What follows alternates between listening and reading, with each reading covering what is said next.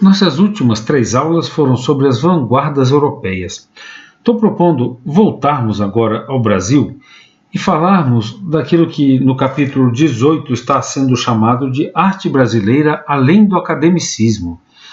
Nosso objetivo é chegarmos à semana de 22. Quando retornarmos do recesso, será esse o nosso tema. E essa arte que ainda tem ligações com o academicismo, mas já vai absorvendo justamente essas inovações trazidas pela arte europeia. Muitos desses artistas brasileiros vão à Europa, vão a Paris, estudam na Europa e trazem então para o Brasil essas inovações, serão focados nesta aula.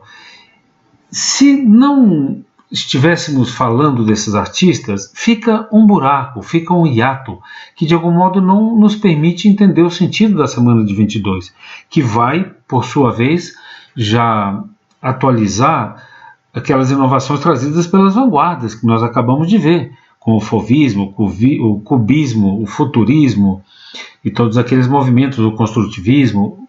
Essas inovações serão incorporadas na arte brasileira principalmente pela semana de 22. Mas antes da semana de 22, houve alguns artistas que já trouxeram, então, para o ambiente artístico nacional, características do impressionismo, do Art Nouveau, aos quais vamos nos dedicar nesta aula. Aqui na capa, já destaco 2 dos mais importantes, Eliseu Visconti e Belmiro de Almeida. São artistas muito interessantes, pouco conhecidos, é um período histórico pouco valorizado. O nosso capítulo 18 mesmo vai dar destaque para esses 2 artistas que acabo de citar e vai falar de outros que eu vou apresentar também agora, Benedito Calixto e outros artistas de São Paulo, principalmente, que na realidade não tem uma expressão artística muito notável, mas eles refletem esse processo que aconteceu na Europa e então vai sendo incorporado ao Brasil. E, como já disse, a semana de 22 será a reação ao trabalho desses artistas que foram inovadores em algum momento e se transformam em acadêmicos, em certo sentido, em ultrapassados, em anacrônicos, aos quais então a semana de 22 irá reagir.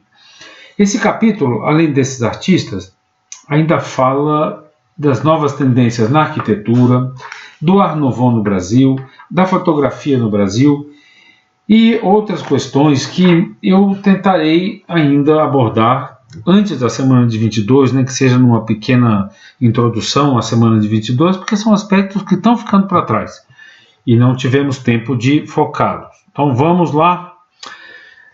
Nosso grande Almeida Júnior foi o último artista que nós vimos quando falamos da academia, que vinha lá desde os franceses, da missão francesa, com os artistas formados por eles, e depois já uma segunda geração formada por Vitor Meirelles e Pedro Américo, entre os quais se encontra então Almeida Júnior, já considerado um dos grandes realistas. Essa é a sua obra-prima, a meu ver, uma das pinturas mais maravilhosas feitas no Brasil. Essa imagem é uma foto que eu mesmo tirei diante do quadro, que mostra um meio tom, um tratamento de textura e uma beleza da luz e do desenho extraordinários. Como já disse, a meu ver, uma das pinturas mais incríveis, mais bonitas feitas no nosso país, O Descanso da Modelo. E Almeida Júnior, nesse contexto do positivismo, já vai nos introduzindo ao realismo brasileiro, que foi um realismo burguês, não um realismo ligado a questões sociais revolucionárias ou críticas, mas um realismo chamado assim por não estar mais focando em mitologia, em grandes temas, trata do cotidiano, mas, como já disse, no Brasil o realismo terá essa feição burguesa, positivista, elogiando o bem-estar de uma classe social ligada à música, à cultura, à educação, certo? Aqui o Almeida Júnior realista mais no sentido de representar a realidade das classes populares, que é o mais próprio do realismo. E para fechar, apenas para lembrar a nossa sequência de onde estamos vindo, Almeida Júnior é o último quadro dele que eu mostro a vocês.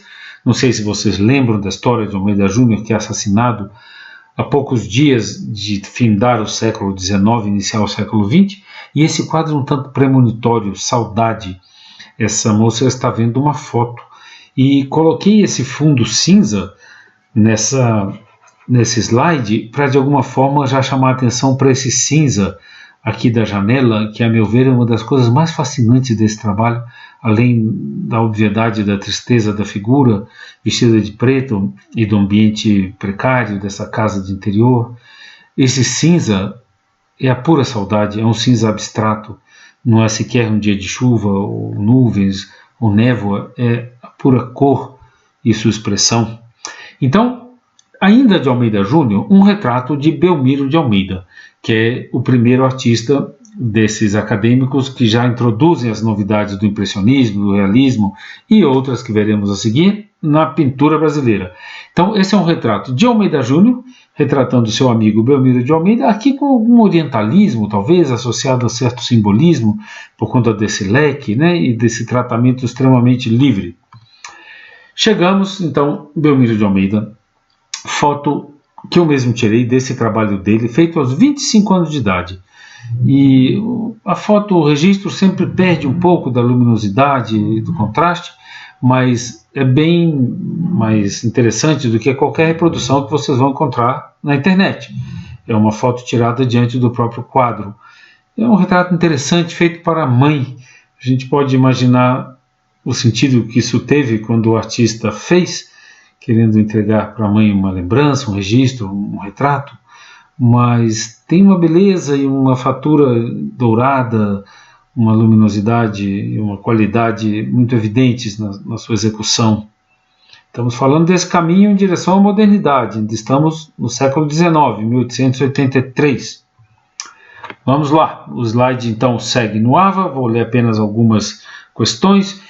Em 1887, expõe a Rufus, que é a imagem que está inaugurando aqui o capítulo 18 de nosso livro didático. Sua tela mais conhecida, que se destaca pela rigorosa fatura e pelo tom de leve ironia com a qual a cena é retratada. Em 1888, o crítico Gonzaga Duque é praticamente o único crítico que havia de arte naquele momento, uma figura bastante importante e interessante. Inclusive se diz que nessa obra ele está retratado. Gonzaga Duque, então, destaca a importância da obra pela visão moderna do artista. Ainda no Rio de Janeiro não se fez um quadro tão importante como é este. O pintor inova ao abordar um tema relacionado à vida cotidiana com enfoque realista. Atuando na passagem do século XIX para o XX, empreende uma pintura nova ao deixar de lado os temas da pintura histórica e se ocupar dos assuntos mais prosaicos da sociedade. Aí está então a tela que acabamos de mencionar, a Rufus, que é, claro, uma questão afetiva, emocional, uma briga do casal. Me lembra um pouco os climas das novelas atuais, são temas afetivos, meio dramáticos, e a ironia a qual o texto se refere, eu acho que está contida no modo em que esse homem olha a fumaça do seu charuto, como a pensar tudo isso é uma bobagem, isso é apenas uma fumaça. Então, há uma certa ironia que vamos ver transformada em humor, inclusive em outros trabalhos desse artista muito interessante, Belmiro de Almeida, neste caso representando o realismo burguês. E vemos o humor, como estávamos dizendo, nesses retratos de mulheres que já fazem parte também dessa nova posição da mulher na sociedade e nas artes. Então o título é Vaso com Flores, aliás, um vaso maravilhosamente bem pintado, assim como o relógio, mas chama a atenção para a graça e a leveza dessa figura sorrindo, nos olhando diretamente, assim como a tagarela também nos traduz essa sensação de cotidiano e de simplicidade e também da afetividade, da presença da mulher no cotidiano vista de um modo tão natural. Essa é uma pintura que tem um tanto de ilustração. Se chama Os Descobridores. Seria uma representação dos navegantes que descobriram o Brasil, mas como diz mesmo o texto aqui ao lado, Belmiro evita o tratamento heróico. Esses são dois pobres homens exaustos ao pé de uma árvore desfolhada. A paisagem é totalmente árida, desolada, transmite a sensação de abandono. Então é uma visão crítica e não idealizada desses descobridores, certo? Chama atenção para esse fundo ocre sobre o qual é aplicado então o céu e os fundos, o que dá uma unidade a todo o trabalho de grande qualidade no tratamento da cor, muito bonito, ligado a aspectos decorativos aí do Art Nouveau, e vamos em frente. Aqui uma experiência relacionada ao pontilhismo, como já disse, esses artistas estão trazendo da Europa essas inovações do Art Nouveau, do impressionismo, do fauvismo e desses movimentos que começaram a modernidade na estética e na pintura, quadro chamado Efeitos de Sol Itália, um personagem que ele retratou em suas viagens. E essa figura que escolhi para colocar na nossa capa é todo um exemplo dessa nova estética e dessa nova mulher. Então temos aqui uma figura que em sua elegância e sua leveza nos remete à estética do Art Nouveau, mas no modo de nos olhar e no sorriso já nos fala da presença dessa mulher mais livre, mais atuante e na moda e presente então nos aspectos mais vivos da cultura daquele momento, certo? Então é a modernidade de Belmiro de Almeida já no começo do século XX, traduzida tanto no tema quanto na forma, por meio dessa simplificação gráfica, do destaque para a elegância da figura, para a modernidade em todos os seus aspectos, dessa bonita pintura. E aqui, essa estilização levada à caricatura. Belmiro de Almeida foi um artista gráfico, caricaturista, chargista, ilustrador. Então aqui é um retrato do poeta Alberto de Oliveira. Chama atenção novamente para esse fundo ocre sobre o qual o artista aplica o fundo em azul do céu e com isso dá essa unidade, parece uma aquarela, uma transparência sobre a qual já falei em outros momentos das minhas aulas. Então, essa estilização levada ao extremo da caricatura, no retrato, no rosto ainda realista. E nesse sentido da experimentação formal, temos aqui uma mulher em círculos, onde a figura está reduzida, o seu desenho, o seu tratamento, todo a círculos. E mesmo assim mantém a sua estrutura, corresponde a essas experiências trazidas, como já dissemos, dos futuristas, dos europeus, com os quais ele estudou quando esteve na Europa. Aqui uma caricatura francamente humorística, o namoro do guarda. Provavelmente é a babá, que aqui está sendo abraçada e beijada pelo guarda, com a menininha que ela tomava conta, abandonando aqui, ficou chupando ali o seu pirulito solitária.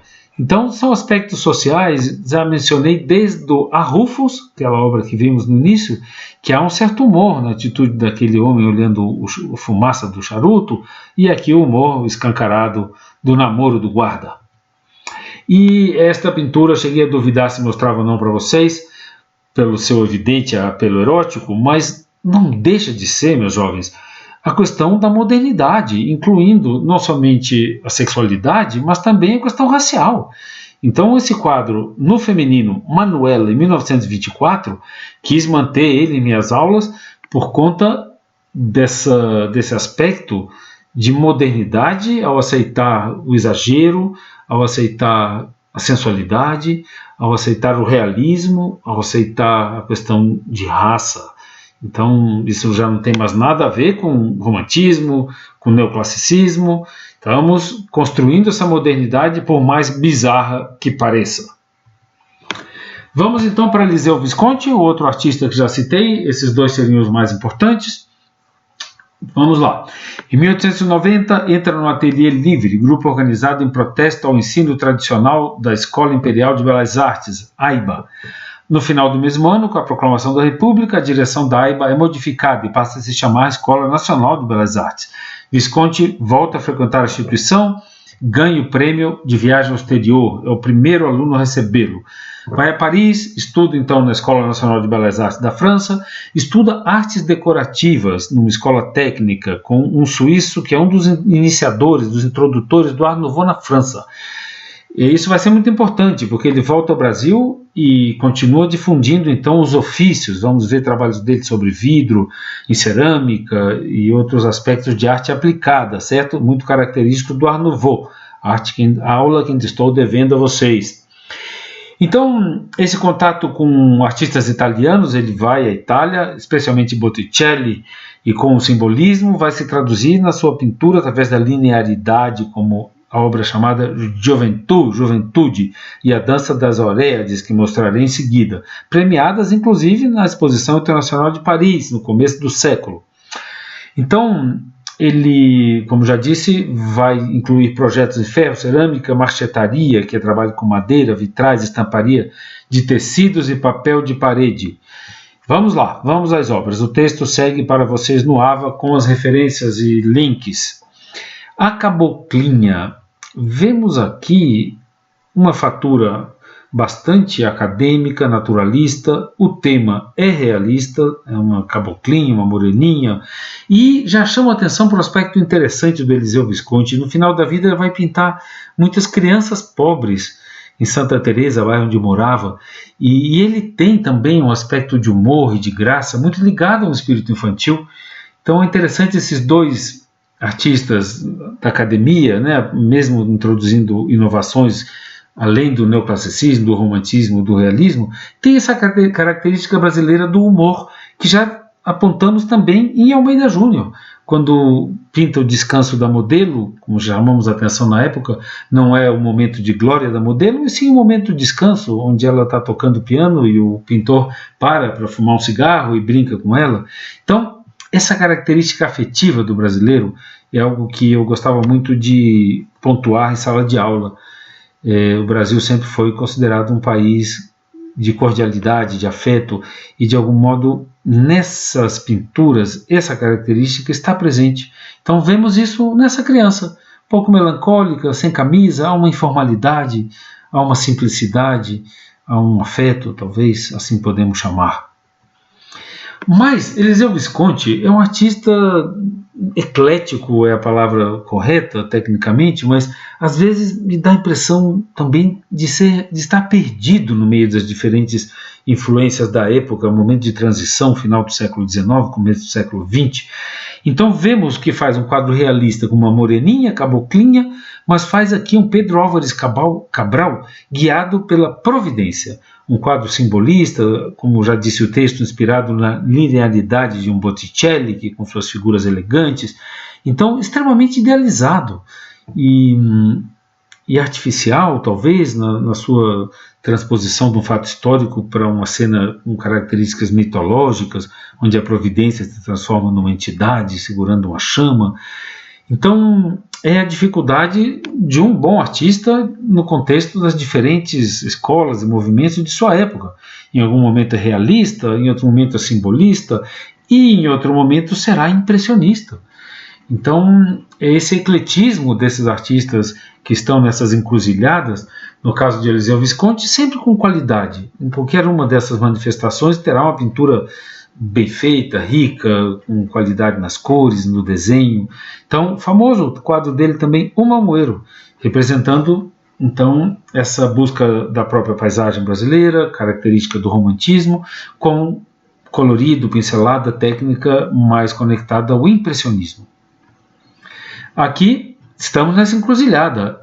Rua da Favela, o tema é realista, é um barraco, o tratamento é impressionista, luminoso, e a técnica e o desenho são acadêmicos, extremamente realistas. Então essa encruzilhada de algum modo representada nesse trabalho. Rua da Favela. E com esse, no masculino, ganha o prêmio de viagem para a Europa. Já comentamos com Pedro Américo que com São João Batista preso, não sei se vocês vão lembrar, eu faço a crítica do tratamento neoclássico para um tema religioso, que seria do barroco, e aquela mistura não funciona. João Batista é elegante, está com o cabelo penteado, o corpo dele é neoclássico. Esses artistas, quando fazem mas com aquela obra que Pedro Américo ganha também o prêmio de viagem à Europa. E vamos ver aqui outros casos semelhantes de artistas que têm um trabalho pessoal, que ao fazer uma obra para concorrer ao prêmio de viagem à Europa, parece que se perdem completamente. Então as pernas parecem pequenas, a anatomia é forçada, mas o artista tenta realizar aquilo que ele sabe será julgado. Então é um quadro, chamemos assim, muito careta, onde apenas ele tenta mostrar a sua habilidade no domínio da anatomia, no domínio da modelagem da pintura, e na qualidade técnica, e com isso consegue então os prêmios de viagem para a Europa. E lá então vai fazer Juventude, do qual já falamos, onde a influência de Botticelli é evidente, a influência do simbolismo é evidente, porque aqui a juventude está simbolizada. Essa menina não está fazendo alguma atividade ligada à juventude, a não ser talvez esse gesto tão delicado na fronteira entre infância e maturidade, da autoconsciência, desse dedo no queixo.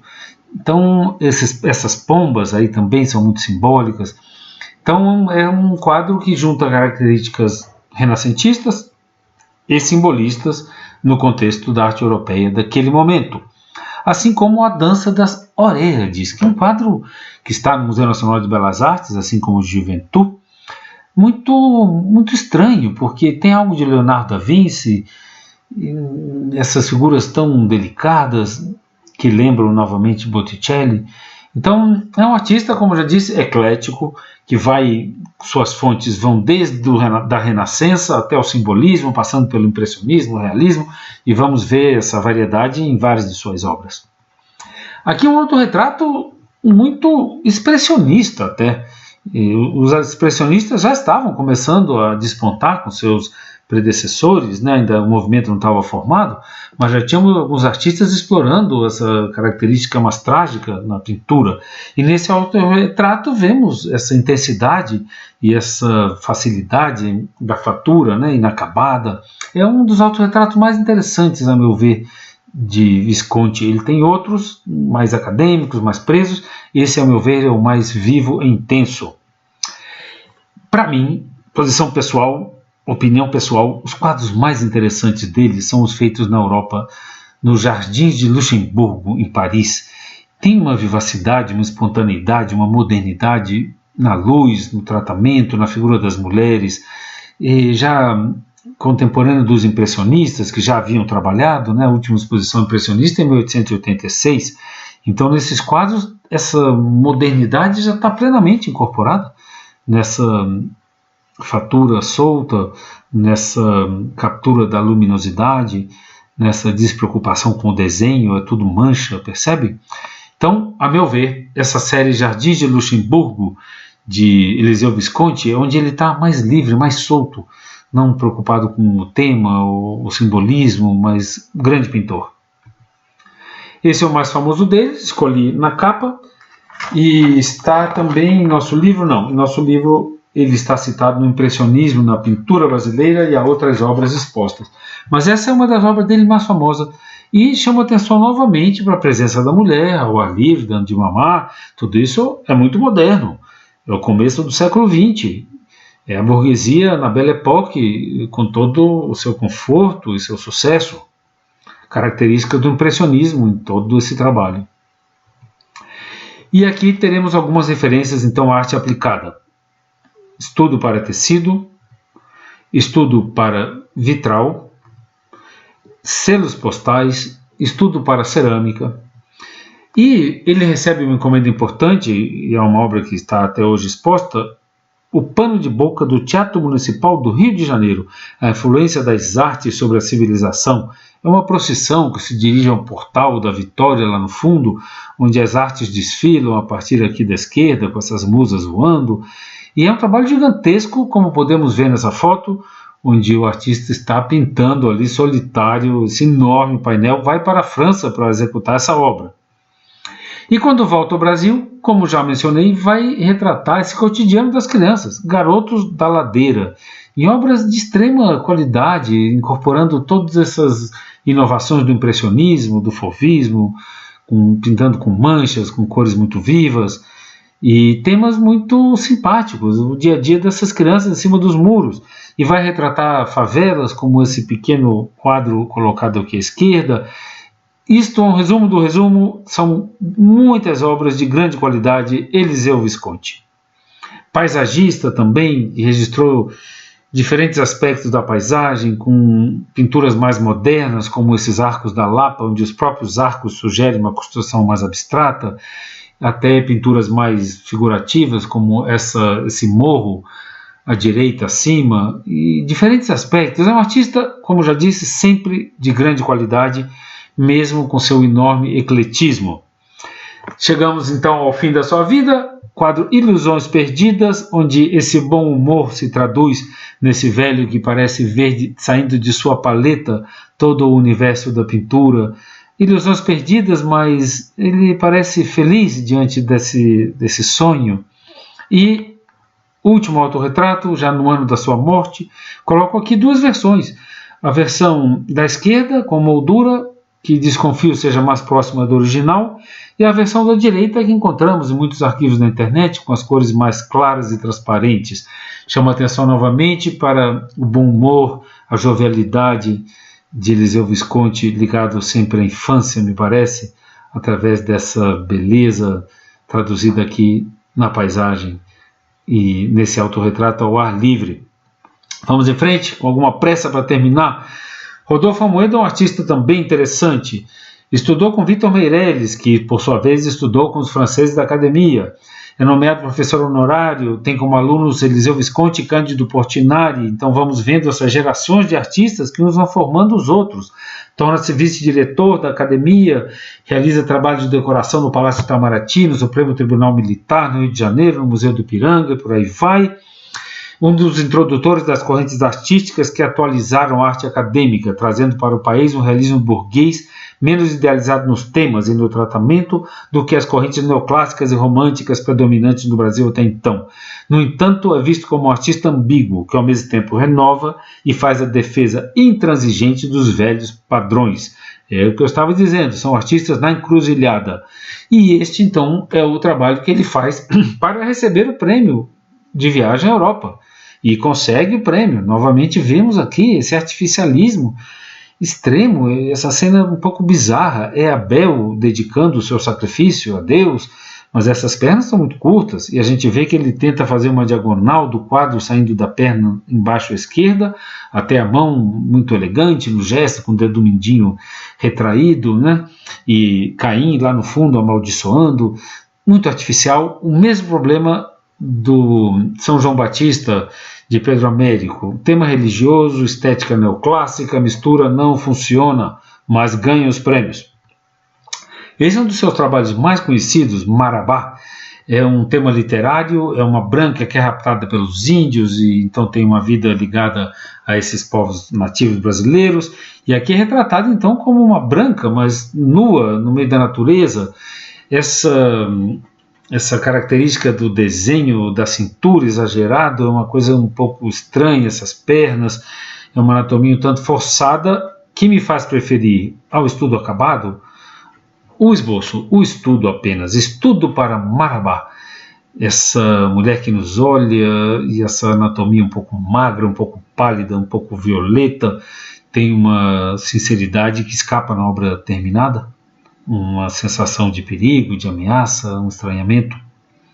Um dos seus quadros mais conhecidos, O Último Tamoio, é sempre, por um lado, o romantismo do indigenismo, mas o tratamento neoclássico, tanto no desenho, na importância do desenho como da anatomia, mas é tudo muito artificial na tentativa de representar a nossa história desse modo idealizado. Já vimos esse problema com Victor Meirelles, artistas na encruzilhada. E essa encruzilhada leva ele a fazer temas do nosso indigenismo, temas religiosos, em seguida temas francamente eróticos. Esse trabalho está no Museu de Belas Artes e chama atenção para o brilho desse tecido, que de algum modo contamina o brilho dessa pele. São trabalhos de alta qualidade técnica, mas que revelam pela variedade de temas como esses artistas se encontravam perdidos ao fazer em seguida um tema mitológico, a narração de Filectas. Então é um trabalho aqui quase que de ilustração, de álbum de figurinhas, por conta da idealização, das cores agradáveis. O artista é um pouco perdido no meio de tantos temas. E termino com esse autorretrato com características do realismo, as cores de terra, a figura pouco idealizada, um tratamento de luzes e sombras bastante intenso. Chama atenção para o detalhe do bigodinho, Então, essa conquista da modernidade, estamos no 1900, mas esse bigodinho nos indica esse formalismo, essa espécie de machismo, esse autoritarismo que faz o homem pentear o seu bigodinho para cima. Então, é a construção da modernidade, um pé no passado, um pé no realismo, e assim vamos adiante. Agora com Benedito Calixto, já é um desses paulistas que são artistas menores, a meu ver. Benedito Calixto, quando vai à Europa, com recursos de um patrocinador, traz uma máquina fotográfica, e com essa máquina fotográfica vai utilizar referências fotográficas para os seus trabalhos. Vai fazer muitos trabalhos históricos por encomendas.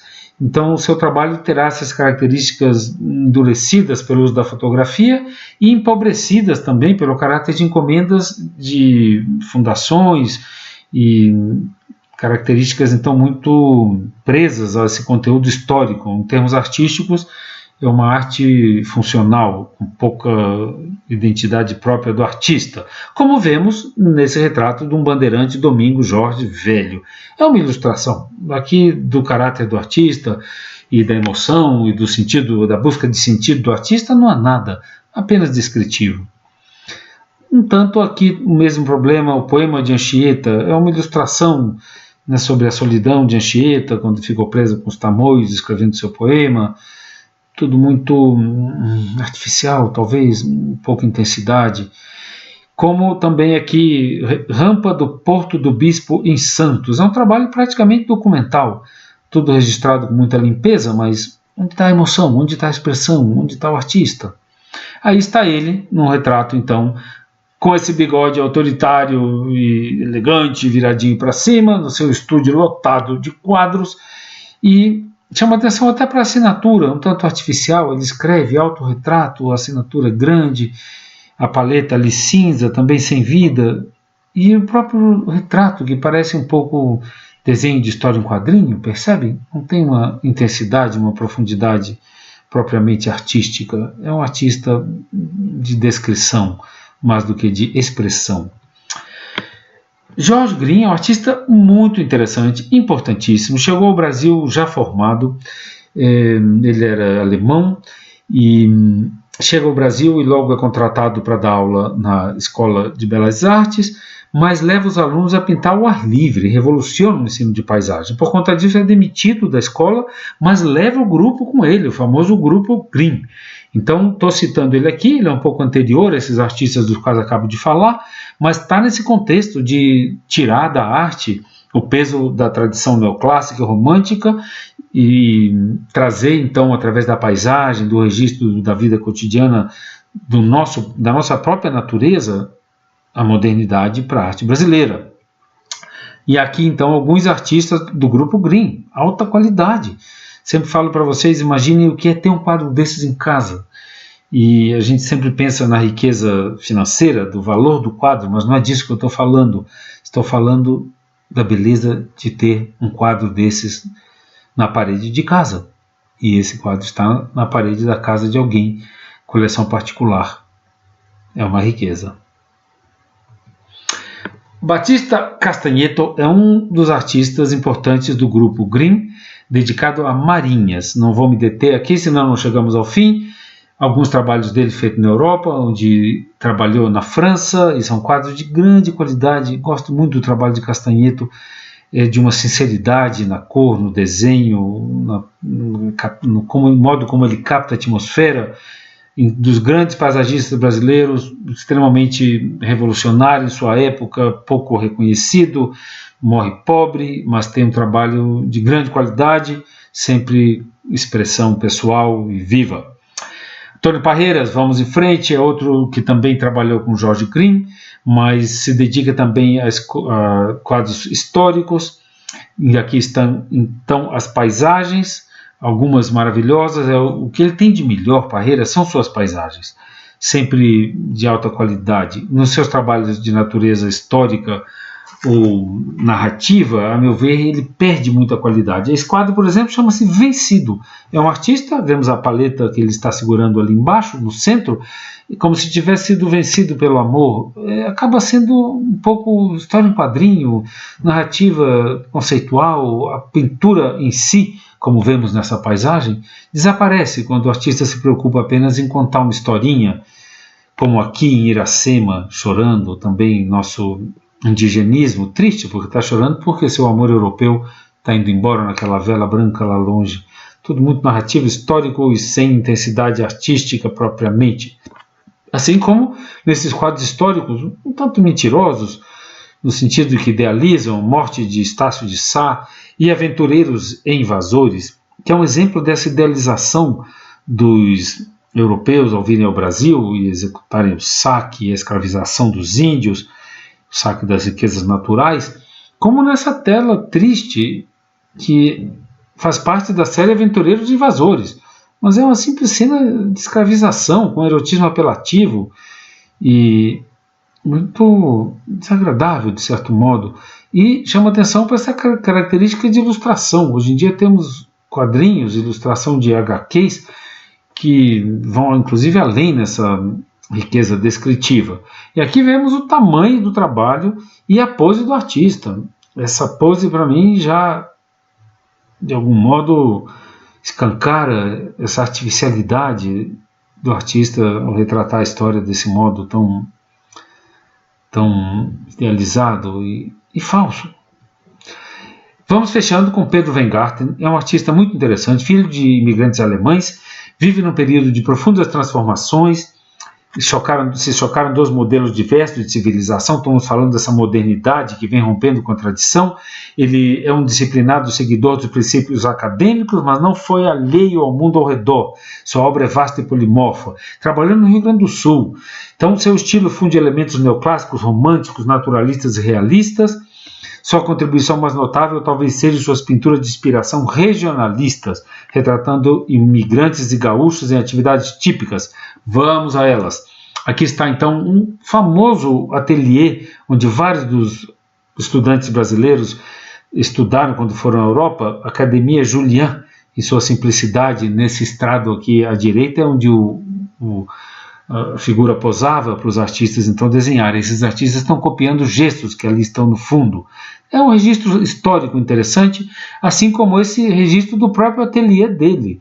Nos lembra Almeida Júnior, né? Chama atenção para o realismo das cores, mas há elementos neoclássicos, assim como aqui, que é Pompeianas no Caldário. Então já está se falando dessa encruzilhada, ao mesmo tempo que é realista, faz temas ligados à Grécia, a Roma. E os quadros já citados de maior valor são os regionalistas, com essas magníficas paisagens, com grande naturalismo, registro aqui da vida dos migrantes italianos no sul do país. Tem uma característica um tanto idealizada também, que empobrece o trabalho do artista. Sabemos hoje em dia o preço da devastação de nossas matas, aqui traduzida a cena como progresso, e a família cozinhando, e o homem cultivando ali talvez uma horta. Então são aspectos que naquele momento histórico tinham todo um sentido heróico, e está traduzido isso nos personagens, né? E na tradução desse cotidiano, dessas situações de dificuldade, mas dentro de um contexto de grande beleza. Chama atenção para essas fumacinhas azuladas. É um grande pintor, Weingarten, nas cenas regionais, então, de bodegas e mercados, e termino com o retrato de sua mãe, com essa característica tão severa e séria do mais puro realismo. Nossa aula continuaria, e pretendo continuar, como disse antes, de semana de 22, com a fotografia, o Art Nouveau e alguma coisa sobre a arquitetura eclética no Brasil. Bom recesso, jovens alunos!